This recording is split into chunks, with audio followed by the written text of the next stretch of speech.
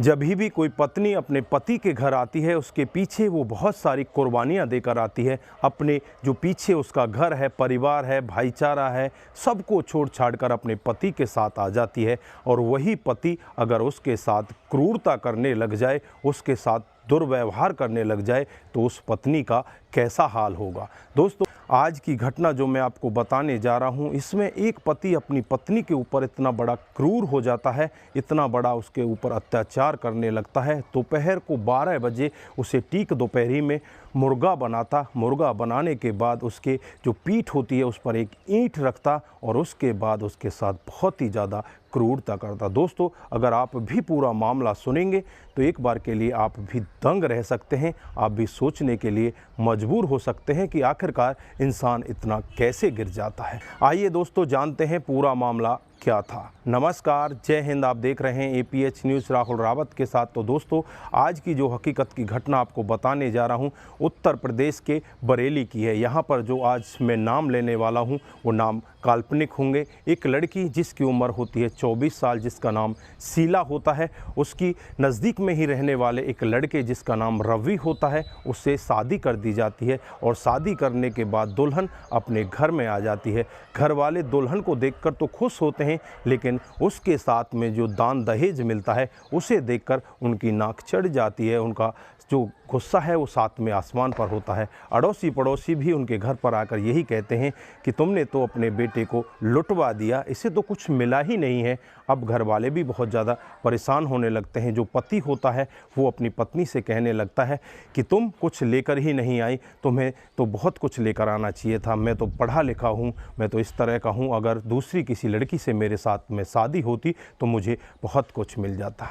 वो चुपचाप सहन करती और अपने मन ही मन सोचती कि मैं अगर अपने पापा को दोबारा जाकर इस सब के बारे में बताऊंगी तो पापा फिर किसी से कर्जा लेंगे और कर्जा के तले वो दब जाएंगे। इनको वो पैसे तो दे देंगे, लेकिन अब मेरे पापा के ऊपर बहुत ज़्यादा कर्जा हो जाएगा। वो इस बात को सोचती और उन सब के जुर्मों को इसी तरह से सहन करती रहती। उसकी सास भी उसे ताने मारती, ससुर भी ताने मारता और खुद पति उसको ताने मारता। ऐसे ही धीरे धीरे समय बीतता रहता है और फिर पत्नी गर्भवती हो जाती है। जब घर वालों को पता चलता है कि पत्नी गर्भवती हो चुकी है तो घर वाले बहुत ही ज़्यादा खुश होते हैं, उसकी आवभगत में लग जाते हैं। जो अब तक उस बहू के ऊपर ताना मारा करते थे वही उसकी आवभगत में लग जाते हैं, उसकी सेवा करने लगते हैं। उसे तरह तरह के फल खिलाए जाते हैं, उसे जूस पिलाए जाते हैं, जैसा भी उसका मन करता है ऐसे ही उसकी सेवा की जाती है। लगभग धीरे धीरे ऐसे ही 9 महीने का समय बीत जाता है और वो दिन भी आ जाता है जब वो औरत एक बच्चे को जन्म देती है। जब उस बच्चे को जन्म देती है तो वहाँ पर एक लड़की होती है और लड़की को देखकर जो घर वालों का क्रोध है वो साथ में आसमान पर पहुंच जाता है। चाहे पति हो, चाहे सास ससुर हो, सबका क्रोध बढ़ने लगता है और उस बहू को ताने मारने लगते हैं और कहते हैं कि तू तो कुलच्छनी है, तू तो पहले ही कुछ नहीं लेकर आई और साथ में इस लड़की को और लेकर आ गई, ये भी बोझ हमारे ऊपर डाल दिया।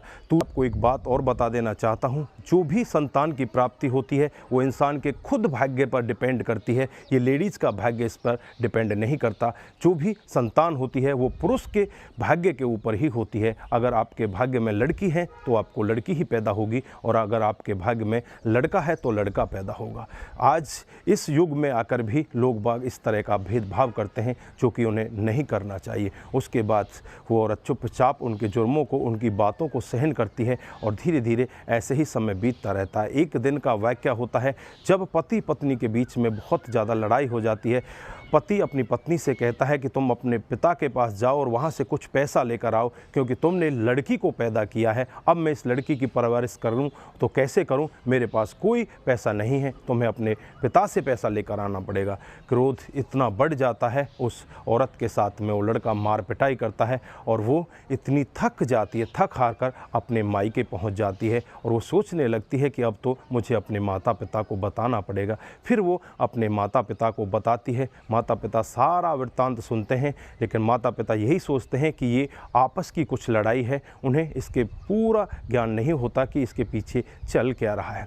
माता पिता अपने गांव से अपने आसपास के कुछ लोगों को इकट्ठा करते हैं और लड़की की ससुराल में पहुंच जाते हैं। वहां दोनों पक्षों को समझाया जाता है। समझाने के बाद लड़की दोबारा से अपने घर पर चली जाती है और घर पर रहने लगती है। धीरे धीरे ऐसे ही कुछ समय और बीतता है। एक दिन का वाक़या होता है। पति बहुत ही ज़्यादा क्रोध में आ जाता है और अपनी पत्नी से कहने लगता है कि तुम कुछ कर ही नहीं सकती, तुमने तो हमारा पूरा जीवन ही खराब कर दिया है। उसके बाद ठीक दोपहरी यानी 12 बजे का समय होता है, जब पूरी गर्मी अपने चरम पर होती है। उसी समय दुल्हन को अपने घर से बाहर निकालता है और जो उनका आंगन होता है, आंगन में उसे मुर्गा बनाता है और मुर्गा बनाने के बाद वो इतना क्रूर हो जाता है, उसकी पीठ पर ईंट रखता है और ईंट रखने के बाद पीछे से उसमें लातें मारता है। वो ज़मीन पर गिर जाती है, तड़पती है, रोती है, चीखती है, लेकिन उसकी चीख पुकार सुनने वाला कोई भी वहाँ पर नहीं होता। वो बहुत ही ज़्यादा परेशान हो जाती है। परेशान होकर फिर वो एक ऐसा निर्णय लेती है, ना तो अपने माता पिता को बताती है, ना ही किसी और को बताने की कोशिश करती है। वो नज़दीकी पुलिस स्टेशन में पहुंच जाती है और वहां जाकर अपनी पूरी व्यथा पुलिस वालों को बताती है। उन्हें पुलिस वालों से कहती है कि साहब, मेरे साथ में बहुत बड़ा जुर्म हो रहा है। जुर्म करने वाला कोई और नहीं, मेरा पति, मेरे सास ससुर हैं, मेरे साथ में इस तरह का जुर्म कर रहे हैं। जब पुलिस वाले भी पूरा वाक़या सुनते हैं तो पुलिस वालों के भी पैरों तले ज़मीन खिसक जाती है कि एक पति इतना बड़ा क्रूर कैसे हो सकता है। तुरंत ही पुलिस नामजद व्यक्ति के खिलाफ मामला दर्ज करती है। तुरंत ही उसके घर पर पहुंचा जाता है और उस व्यक्ति को अपनी गिरफ्त में लेकर उसके खिलाफ तमाम धाराएं लगा दी जाती हैं और उसे जेल के अंदर बंद कर दिया जाता है। इधर आपस में जो दोनों पक्ष होते हैं, ससुराल पक्ष और मायका पक्ष, उनकी भी पंचायतें चल रही हैं, आपस में बातचीत चल रही हैं। ये तो भविष्य के गर्भ में छुपा हुआ है कि होने वाला क्या है, लेकिन यहाँ पर घर तो दोनों का ही बिगड़ा है, चाहे पति का हो चाहे पत्नी का, दोनों का घर बिगड़ चुका है। फिलहाल ये देखने वाली बात है कि उनके जीवन में आगे होता क्या है। दोस्तों, पति को इस तरह से क्रूर नहीं होना चाहिए। एक दहेज के लिए पति इतना बड़ा क्रूर हो जाता है। अगर उसे दहेज नहीं मिले तो अपनी पत्नी के साथ में इस तरह का वाक़या वो करे, ऐसा नहीं करना चाहिए। हमारी राय तो यही है, पति पत्नी को बड़े प्यार से रखना चाहिए। आपकी भी कोई ना कोई बेटी होगी, अगर आपकी बेटी आपकी बहन के साथ कोई ऐसा गंदा काम करे तो आपको कैसा लगेगा। जो आपके पास आ रही है वो भी किसी की बेटी है, किसी की बहन है, उसके साथ आप गंदा काम कैसे कर सकते हो, उसे कैसे आप प्रताड़ित कर सकते हो, और एक मात्र दहेज के लिए। दोस्तों, यहाँ पर हम सभी को जागरूक होने की ज़रूरत है। इस घटना से हमें सीख भी मिलती है कि हमें दहेज के लिए इस तरह से आपस में लड़ाई नहीं करनी चाहिए। अगर इस तरह से लड़ाइयाँ बढ़ जाती हैं तो इसका समाधान कानून में होता है। आज वो लड़का जेल के अंदर चला जाता है। तो दोस्तों, इस घटनाक्रम पर आप क्या बोलना चाहते हैं? आपकी जो भी राय है एक बार कमेंट बॉक्स में ज़रूर दीजिए। दोस्तों, इस घटनाक्रम को सुनाने का उद्देश्य सिर्फ आपको जागरूक करना है, आपको बताना है कि हमारे समाज में इस तरह की मानसिकता के भी लोग रह रहे हैं। दोस्तों, आज के लिए बस इतना ही। फिर मिलते हैं किसी नए मोड के साथ। तब तक के लिए आप अपना ख्याल रखें, अपने परिवार का ख्याल रखें, सतर्क रहें, सावधान रहें और ऐसे क्राइम को अपने आसपास ना होने दें। नमस्कार, जय हिंद।